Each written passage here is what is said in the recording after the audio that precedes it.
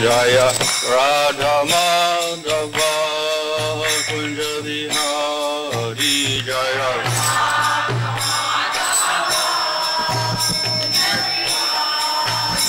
Hare Krishna Krishna Krishna Hare Hare Hare Rama Rama Rama Hare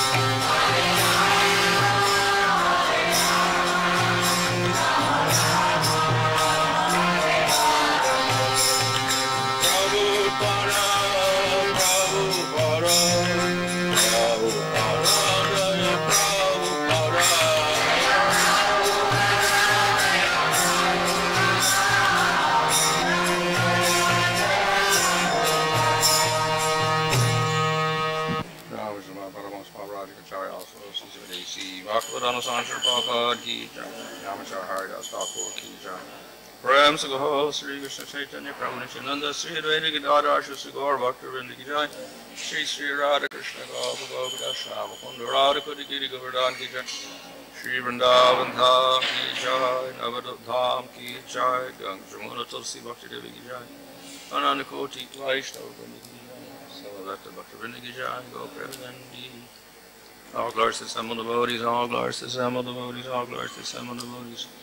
All glories to Sri Guru and Sri Guru Ranga. All glories to Srila Prabhupada. Om Namo Bhagavate Vasudevaya.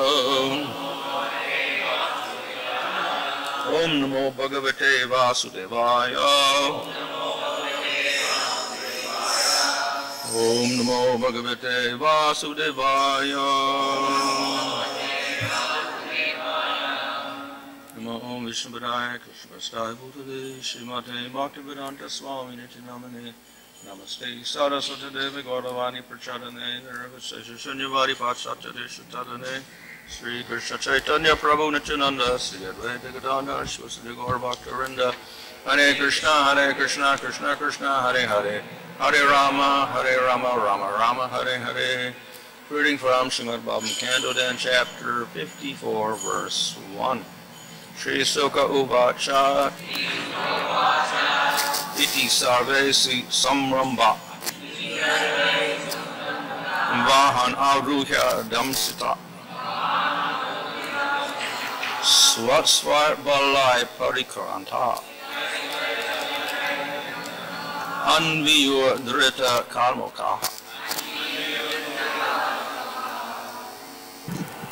Shri Sukha Uvacha Sukadeva Goswami said, Iti, thus, Sarve, all of them, Susamrabda, greatly angered, Vahan, their conveyances, Arusha, mounting, Gnosita, wearing armor, Swai, each by his own balai, military force, Parikranta, surrounded, Anviyu, they followed, Dhrita, holding, Karmuka, their bows.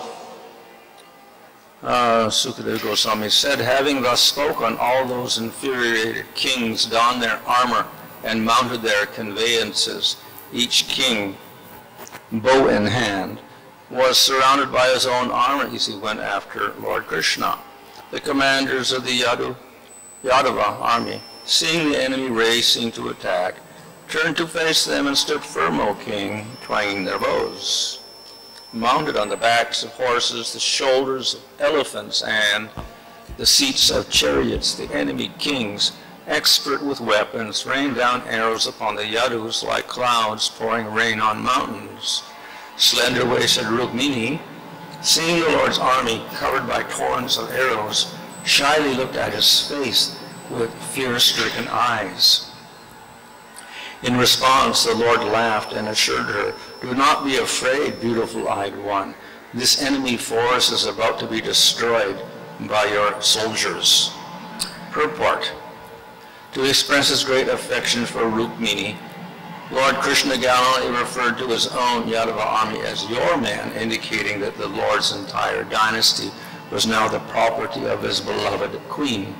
The Supreme Lord, Krishna, desires to share his blissful opulences with all living beings, and thus he sincerely invites them to come back home, back to Godhead. The Krishna consciousness movement introduced throughout the world by Srila Prabhupada on the order of his spiritual master, Srila Bhakti Saraswati Thakur, who himself preached all over India on the order of his exalted father. Srila Bhaktivinoda Thakur is broadcasting the loving message of Lord Krishna. Remember him, serve him, return to him, and share in the infinite bounty of the kingdom of God. The heroes of the Lord's army, headed by Gada and Sankarshana, could not tolerate the aggression of the opposing kings. Thus, with iron arrows, they began to strike down the enemy's horses, elephants, and chariots. The heads of soldiers fighting on chariots, horses, and elephants fell to the ground by the millions. Some heads wore earrings and helmets, others turbans. Lying all around were thighs, legs, and fingerless hands, along with hands clutching swords, clubs, and bows, and also the heads of horses, donkeys, elephants, camels, wild asses, and humans.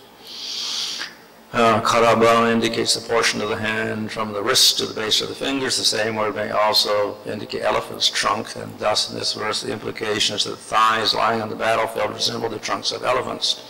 Seeing their armies being struck down by the Vrishnis, who were eager for victory, the kings headed by Jarasandha were discouraged and left the battlefield. Although Shishupala had not married Rukmini, he passionately considered her his property, and thus he was devastated like a man who has lost his beloved wife.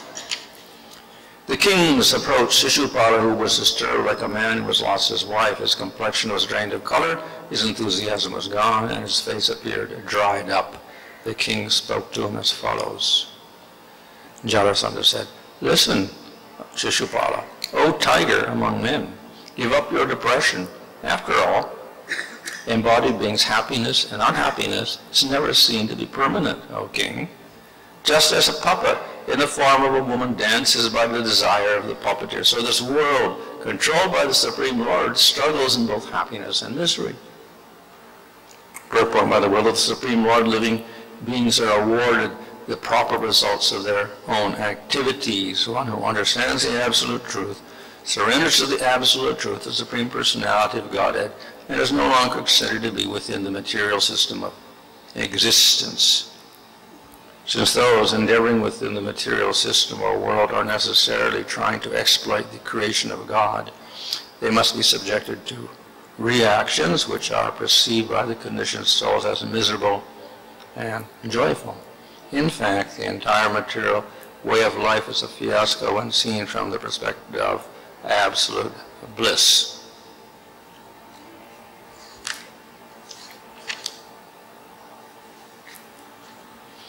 In battle with Krishna, I and my 23 armies lost 17 times. Only once did I defeat him.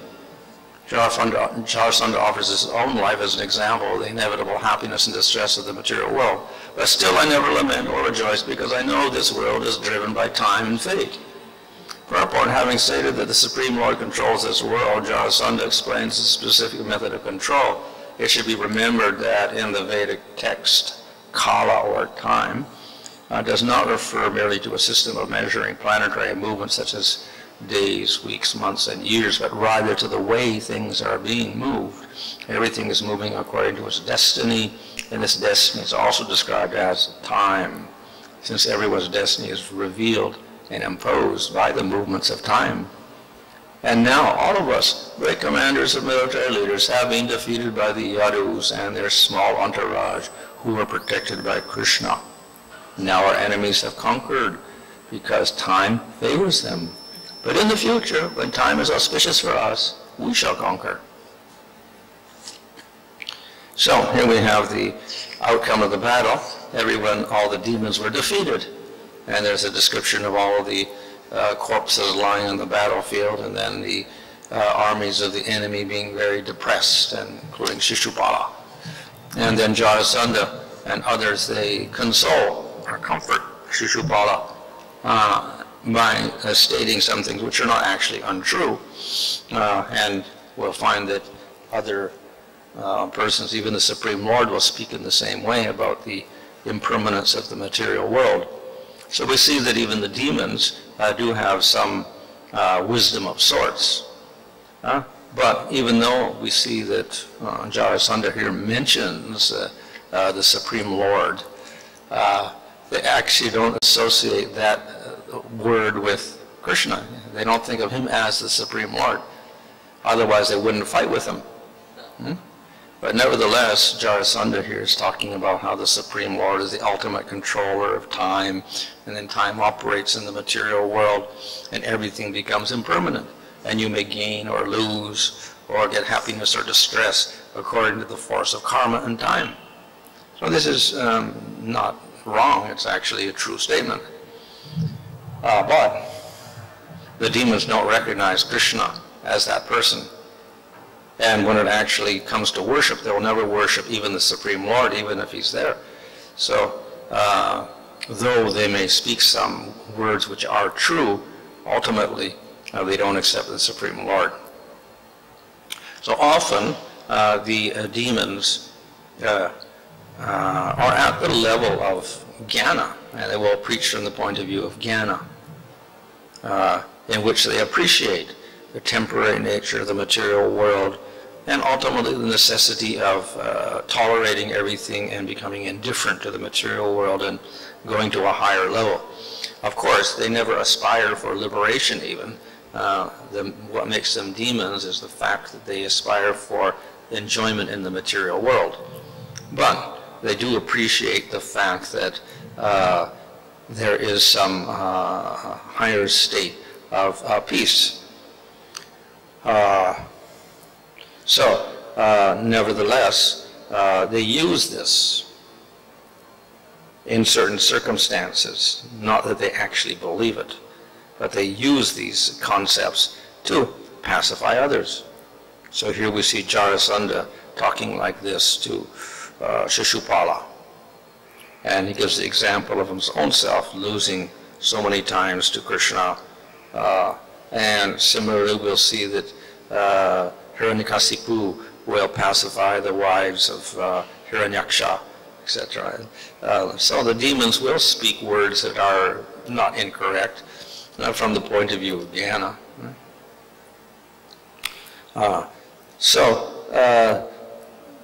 We see that jnana itself is not a high achievement, because even demons can appreciate some aspects of jnana.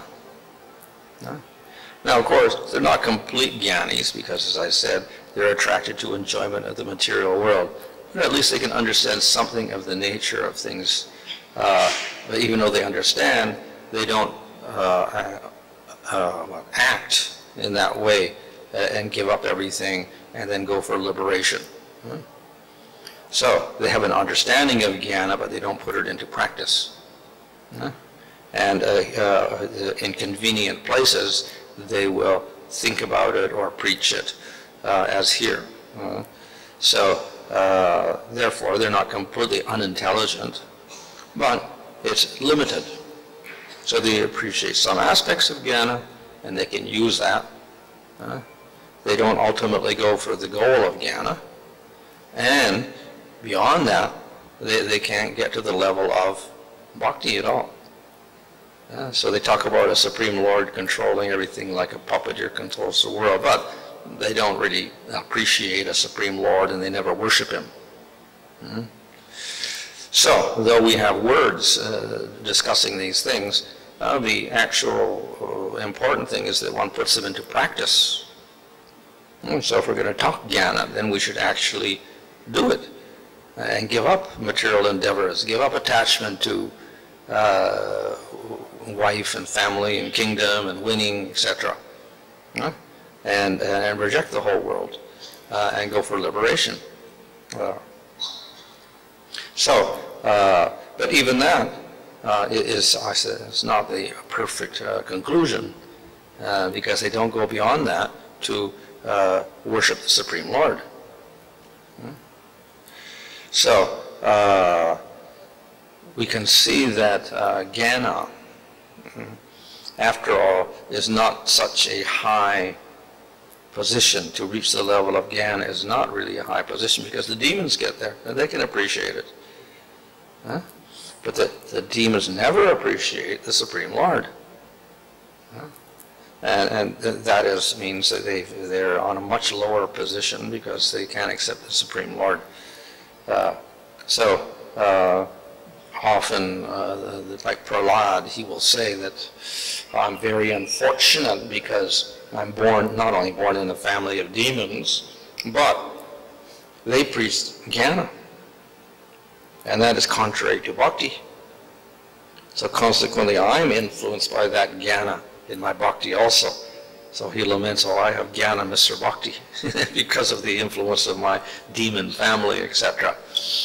Not really true, of course, but in humility he says that his bhakti is mixed with the demonic influence.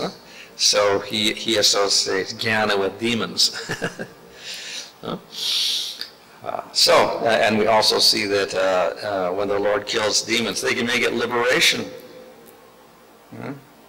But the devotees, they understand that such liberation is useless.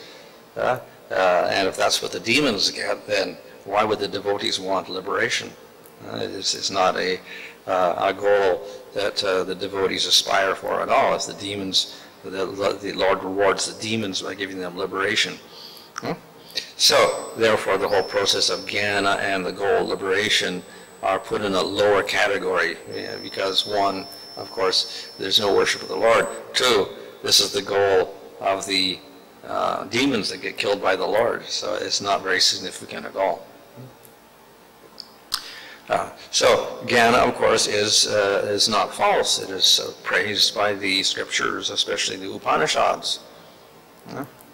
But at the same time, we have to understand it is relative praise, just as Krishna praises karma yoga and Bhagavad Gita.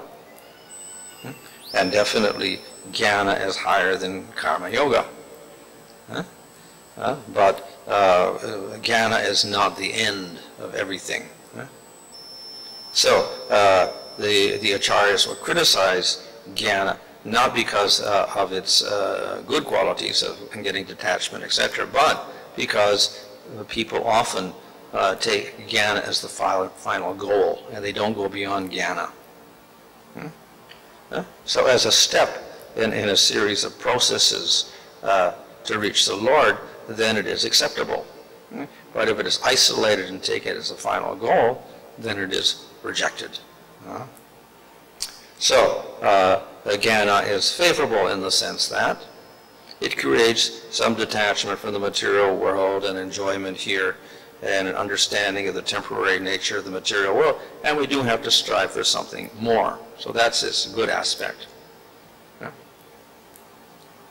As in the very definition, qualification for bhakti in Bhagavatam is not too much material attachment.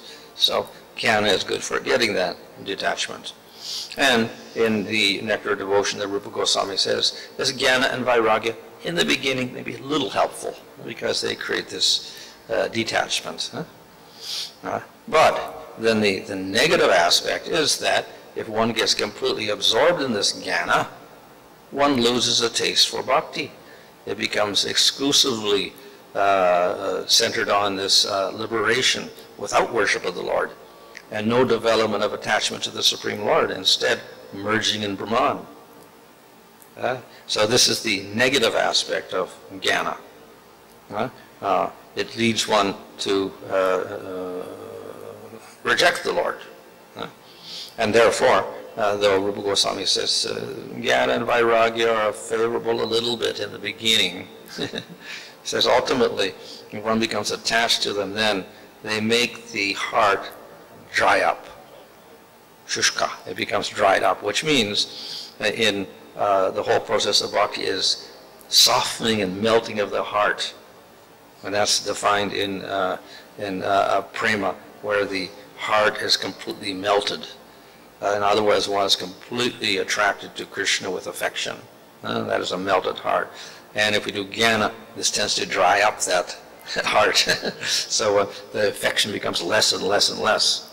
So that is why in jnana-misra bhakti, then the result is one gets a little affection for the Lord, but then it's largely it's this Brahman aspect. So therefore, the affection is not very strong in the jnana-misra bhakti. So for that reason, therefore, jnana gets rejected. And it is said, jnana karma janavratam in the definition of bhakti. Pure bhakti should not be covered or obstructed by jnana, karma, etc. So these unfavorable aspects should not interfere with it. At the same time, it says, it doesn't say that you should reject completely. So favorable aspects we take. So therefore, we don't become too attached to material objects. We develop some detachment. And therefore we can even accept these words of Jarasandha here about the temporary nature of the material world and how we have to tolerate all the ups and downs in the world. Yes, we accept that. And we see in, like Nectar of Instruction it says there, that you have to be very tolerant and patient. That means that in spite of all the obstacles in the material world, we don't become disturbed and give up the process of bhakti, we continue it. So certain aspects of jnana are favorable. We don't have to reject those. We can use them favorably for our development of devotional service. But the unfavorable aspects are there also. If we become absorbed in those, this begins to weaken the bhakti. So that is why it says jnana karma janavratam, not obstructed by jnana karma, etc. The unfavorable elements should not interfere with the process of bhakti. So in this way, there are some favorable elements in jnana, but at the same time, the devotee generally avoids because of these unfavorable elements. And he concentrates instead upon the process of bhakti. So the very definition of bhakti is that it means dedication to the lotus feet of the Lord. And as one develops that devotion, then automatically attraction to the material world decreases and decreases and decreases. So we get a natural type of detachment due to the process of bhakti itself. So we don't even have to cultivate detachment separate from bhakti. The process of bhakti creates that detachment for us. Therefore bhakti is an independent process that doesn't depend on anything else, but we can take favorable elements of things and use them as long as we need to support our bhakti. So we can borrow elements from karma or jnana or yoga, whatever, if they're favorable at a certain point in time for our development of our bhakti. Later on, we may discard those elements also. So the main idea is that bhakti is independent, and it always continues, but the other processes we may reject or adopt according to the situation if they are favorable in certain circumstances. So in this way we put the emphasis upon the process of bhakti itself to give all the results. Here, in the case of a person like Jarasandha, there's no bhakti, no recognition. Here, they are fighting with the Supreme Lord. That's why they're demons. And so the jnana is a feature. Even this jnana is not prominent in their lives. It is only useful in certain circumstances. So what are they practicing? They're not even practicing karma yoga.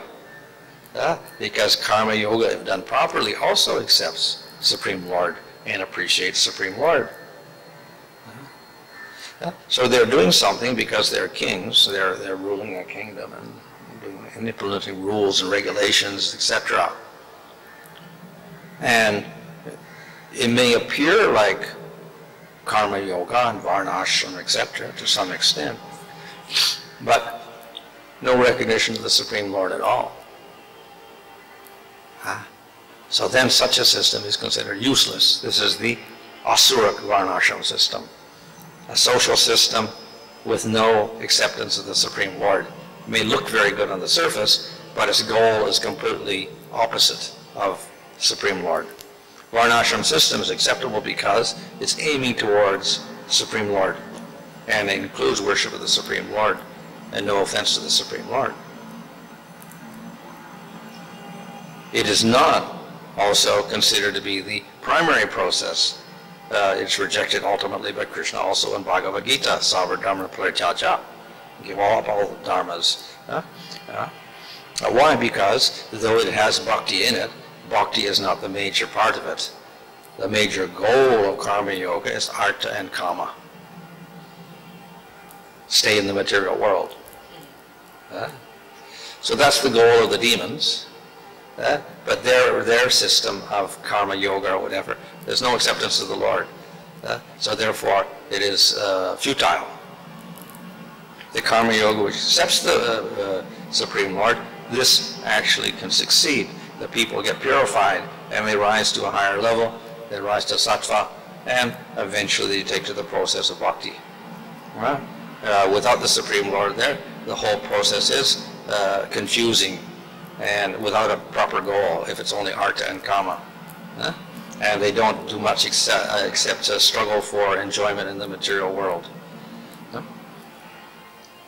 Actually, because they offend the Lord, they don't even get good results in terms of artha and kama. Ultimately, those systems get destroyed.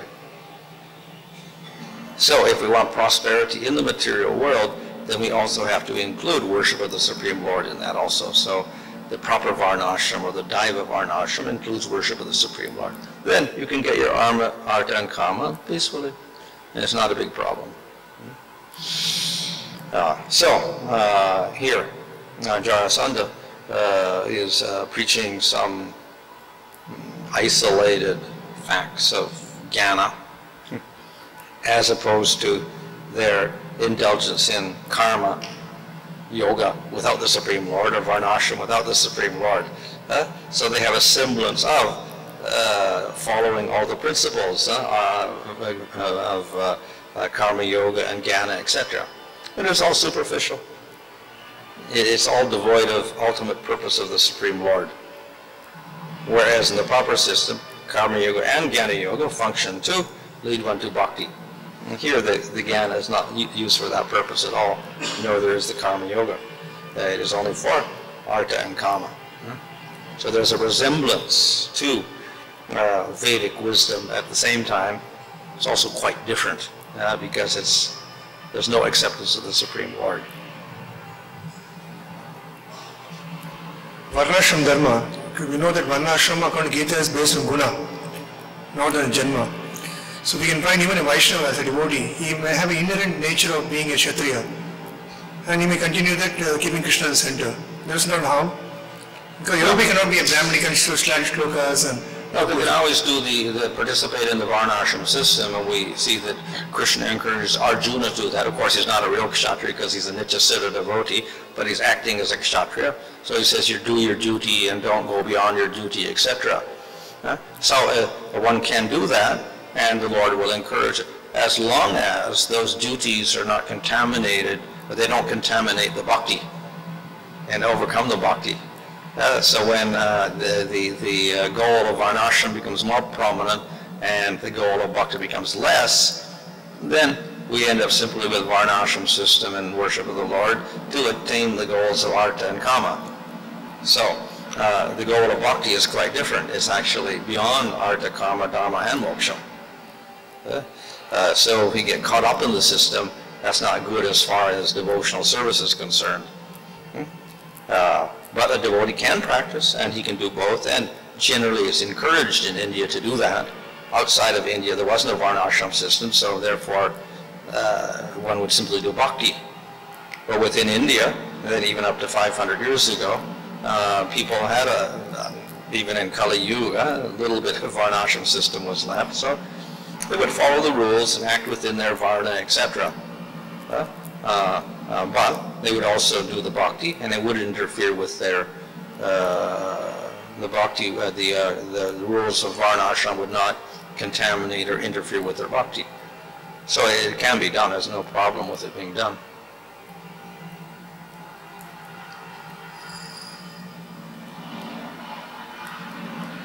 Hare Krishna Maharaj. Maharaj, can you describe what people do in Karma Yoga and Jnana Yoga, their activities, what they do? What do they do in Karma Yoga? Well, yeah, Karma Yoga according to gunas, then they have a certain varna, and in the varna they have an occupation. So according to your occupation, you work in a certain profession. So if you're sattvic, you're brahminical, and you study the Vedas. And if you're kshatriya, then you do administrative work or army or whatever. And if you're vaishya, then you do farming or agriculture, etc., and herding cows and trade, commerce. And if you're sudra, you do simple tasks which involve a lot of labor, like potters and stone cutters and whatever, and construction workers or whatever. So that's a major part of your the varnashram system, to follow your particular nature and get your sustenance for your life through that. Added to that are the rules and regulations enforced by the king, the state rules. And the state rules are based upon scripture. What is sin and what is not sin. If you commit the sin, then you get punished. So there's a whole set of rules for what is sinful. And then the upper classes, and especially the Brahmins, follow what are called the nitya karmas, daily activities that they do, which are maybe 13 or 14. So it includes the Sandhya Vandana, chanting the Gayatri Mantra.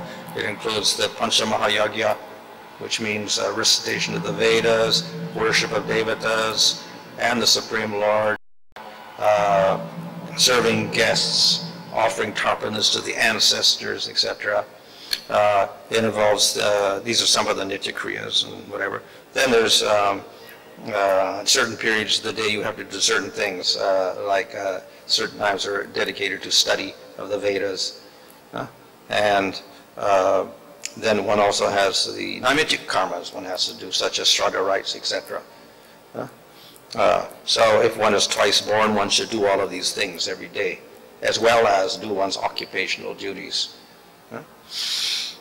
So that's I can say, and then follow what is the do's and do nots, what is punya and what is papa, etc. So that is the varnashram system. Jnana means, of course, one studies Upanishads. This is for Brahmins, to study the Upanishads and understand they're not the material body, etc. And meditate on those statements of the Upanishads, become detached, do tapasyas and vratas to get vairagya, etc.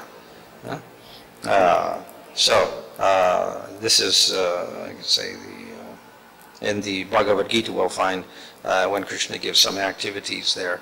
Many of them are jnana activities in chapter, I think, 13 or so. Living in a solitary place, and whatever, doing vratas, all this. So it involves vairagya and cultivation of knowledge by studying Upanishads. That's the main thing. We see that ISKCON is developing now, like many communities are coming. Can't we make, some devotees are interested in agriculture, they can do agriculture. Somebody who's like a devotee who's interested in farming and agriculture. Yeah. So he can produce those and ISKCON temples can buy from that. Yeah. But now the money is going to the Karmis and Lakshmi is not rotated within the community. Yeah, Or somebody is saying a fighting spirit, he can be trained as a watchman and he can be temple watchman instead of engaging some non-vegetarian person to. Well, that's encouraged, but then it's very difficult to find devotee farmers that actually know how to farm, usually. In India, maybe it's more so difficult. Western world's more difficult, I think. So that's where the farm communities often fail, because they get people who can't farm. They like the idea, but they don't know anything about farming, so the farm fails because of that. So we have people that know how to farm already, then it's probably easier for them. And once they become devotees, then they become less interested in doing all the heavy work that is required in a farming type of environment. Can't we train them in those areas? Farming and well, then to train them, they need people who are farmers to train them, isn't it? They need people who actually know about farming. Otherwise, it'll all be theoretical. Like in universities, they may research agriculture, but none of them are farmers. So it may be difficult to implement their theories because it's all technical knowledge, but it never comes down to the level of the actual farmer, because there's no farmer there who can, appreciate it and implement it practically.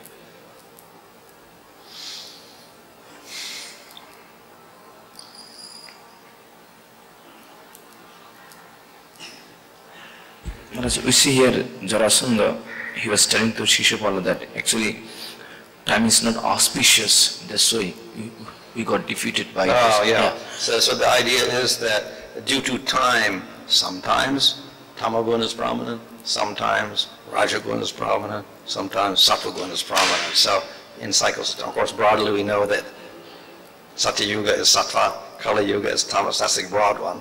And then within each Yuga, then there's ups and downs. So then it is said due to time, these gunas are operating like this. So if sattva is prominent, then the devatas become powerful. If tamaguna is prominent, then the demons become powerful like this. So then when tamas, then the demons get opportunity. Okay, now it's favorable for us, so we can fight and we can conquer the devatas. Even the devatas say yes, due to time and the prominence of tamaguna, then because of that, the demons conquered Svargaloka. So according to time, then certain gunas operate and become strong, and that opportunity, you take that opportunity. If you want tamagun, then tamagun will succeed. So it seems that that Jarasandha is accepting time, but we see time is impersonal, it's not a personal. Yeah. So does it mean that they also accept impersonal Brahman? Because the time is the ultimate controller for everything. Well, as I say, they're using certain ideas from jnana, but ultimately they don't even accept jnana perfectly, because they don't want to merge in Brahman, etc. So the idea is simply to use elements of jnana to preach to other persons, that's all. But ultimately none of them really believe it either.